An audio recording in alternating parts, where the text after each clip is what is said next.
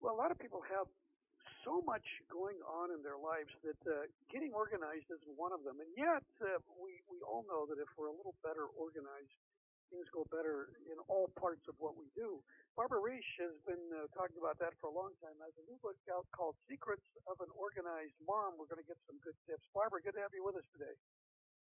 Thank you for having me. Why is it that it's so hard for us to get organized, many of us? Well, sometimes it's just the thought of doing it is paralyzing to some people, but if you can just dive in and get started, it goes a lot easier than you think. Yeah, what's the first step? So the first step in organizing is to schedule the time in your calendar as if I'm going to show up at your door and work with you. You have to take it seriously. You have to treat that time as sacred. And if you're just doing it for 5 minutes here and 10 minutes there, it will not have an impact. So you need to look at a 1 to 2 hour block of time and go from there. Yeah, good. And so you start kind of slow. Do you start in one room, or where do you start? Well, I suggest people start it with the thing that bothers them the most, because that's where they're going to get the most happiness when that's organized. Okay, so the thing that's really bugging you, if you see a stack of paper or some stuff that you're piling up in a room, the most stressful one is the one you start with, is what you're saying. Right, or if there's a closet that, like I have clients will say, oh, I have a scary closet. They actually call it the scary closet. Or, oh my God, I haven't been in here in years because the thought of it makes me sick. That's often a good place to start. Now, one of the big problems, I guess, is people don't like to throw away certain things. And, of course, there's people that are sort of hoarders that are at the extreme end of this. But you have to kind of decide what you're going to throw out. How do you go about doing that? Well, there's certain rules that you can follow. You can say, is it broken and unable to be fixed?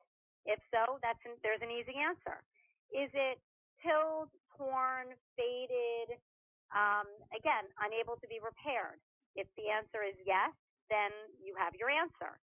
If it's something that is easy to replace if you make a mistake.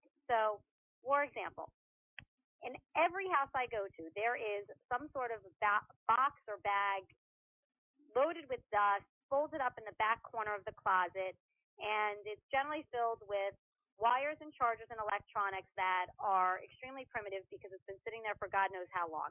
And people say, oh my God, I can't throw this away. And I look at them and I say, really? Because all your electronics are working. You didn't know this was there. You don't know what this is. And if God forbid it, you made a mistake, you can go to Radio Shack or Best Buy and buy another fill in the blank. Yeah, I have 2 or 3 of those kind of boxes. So that I know how that you know is. What? I think that you should pledge. You should pledge that tonight you're going to go home and throw away those boxes. Yeah, I think it's a good idea. I remember when we moved our studios to Nevada about a year ago. I had a lot of old equipment that's sitting around and tape machines and all these things that I haven't used in years because everything's digital and computerized now. So I finally did take the leap and get rid of all that stuff. But boy, sometimes the stuff you remember, it has emotional ties, I guess. Right, but you can always take a picture of it. You'll still have the memory even without the thing. And there's some things that really should be saved. But instead of them being crammed into the back of a closet or being on the top shelf, then treat them with the importance of something that is worthy of being saved. Very true. How do you get kids to get organized? Because they're the ones that sometimes are the leading problems because they end up stacking up, those kind of things. How do you motivate them? Well, the first thing is you have to model the right behavior. So I have clients that will complain, oh my God, my kids don't clean up, they don't clean up. And I said, but they go to school and clean up, don't they? They say yes. Well, what happens in school is when it's cleanup time, they ring a bell, they sing a song, but they allocate about 10 minutes of the play period to cleaning up. And it becomes part of playing is cleaning up. So you're modeling that behavior. Also, if you think of a nursery school, the little 2 and 3-year-olds, they walk in the door and they hang up their coat. Why? Because there's a hook there that they can reach. So if you want your preschooler to hang up their coat, you've got to give them a hook that they can reach and make it part of the routine. And the other thing is, and the other thing, I mean, you can always resort to bribery. There's no shame in that. That's right. Very, very important. Yeah. So once you establish that, kids hopefully will be that way for the rest of their life. So you got to start really young, I would think, with the kids. You can start young, but it's never too late. But yes, I if you start young, I taught my kids when they were, still preschoolers how to spray the stains on their clothes with shout. And when they're that young, it's really all about marketing.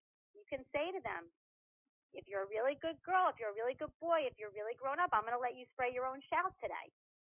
And then I used to keep the shout next to the hamper under the sink in the bathroom, and so that became part of the habit.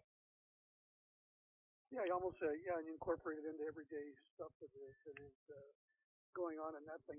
What clothes are something people don't like to throw out either, do they? Well, what I say about clothes is the clothes in your closet and your drawer should reflect the life you're living now. So if you've gained 20 pounds or lost 20 pounds, that shouldn't be a part of what's in there, because if you've gained 20 pounds and you're looking at your clothes from when you were very, very thin, it's just depressing. It's like hitting you over the head every day with a mallet. And, to save your clothes, if you lose a lot of weight and you're heavy, to save those clothes, it's almost like giving you an excuse to gain weight again. So your closet should really reflect the life you're living now. I mean, I'll have people who haven't been in a corporate job in 20 years, and they're still hanging on to suits that are unfashionable, don't fit, but they say, well, what if I go back to that type of job? You know what? If you go back to that type of job, you'll invest in a couple of suits. Yeah, and I goes for I know some people that keep clothes because they think they maybe are going to lose weight again, so they want to maybe get back into those clothes again. So they have two or three sets of wardrobe. Yeah, but the truth is, if you lose a lot of weight, I mean, shouldn't you be celebrating with a little bit of a shopping spree? Sure, yeah, you would think so. Absolutely. I mean, if I lost a lot of weight, I'd want to get some new things. Absolutely. Yeah. I guess it's just hard for people to get rid of clothes and things in the garage and emotional things. And pictures are another thing. Now, people stack up pictures, particularly now because you have digital cameras. You can take hundreds of things, and that's another thing that it's great to have the pictures, but getting them organized, I think, is difficult. Well, it's actually, now that photos are digital, it's a lot easier. I mean, you really just need to create a digital album. So if you went on vacation or you visited your family over Christmas time, then you make a file on your computer that says Christmas Vacation 2013, and as soon as you get home, you download those pictures and you put them right into that file. Yeah, that's a good idea. I've seen some of those, and they are terrific. And as you mentioned, they are a lot easier because you don't have to cut and paste and glue like you used to. And you can look at all the ones online that you want to, or on your computer really quickly and find out the ones you want to keep. So it is a good thing Yeah, to absolutely. do. Yeah. Well, Barbara, some great tips and much more in the book Secrets of an Organized Mom. And I want to give your website as well, which is resourcefulconsultants.com. And thanks so much for being with us today. And also, I'd like to encourage your listeners to go to the Brother P Touch website, www.brother-usa.com/ptouch25. It's the 25th anniversary of the Label Maker, which is the best organizing tool out there, and there's some really fun, inspirational stories there. Boy, it surely is. My wife has one of those, and she uses it liberally. Believe me, it's great. Oh, yeah. Thanks for reminding us of that.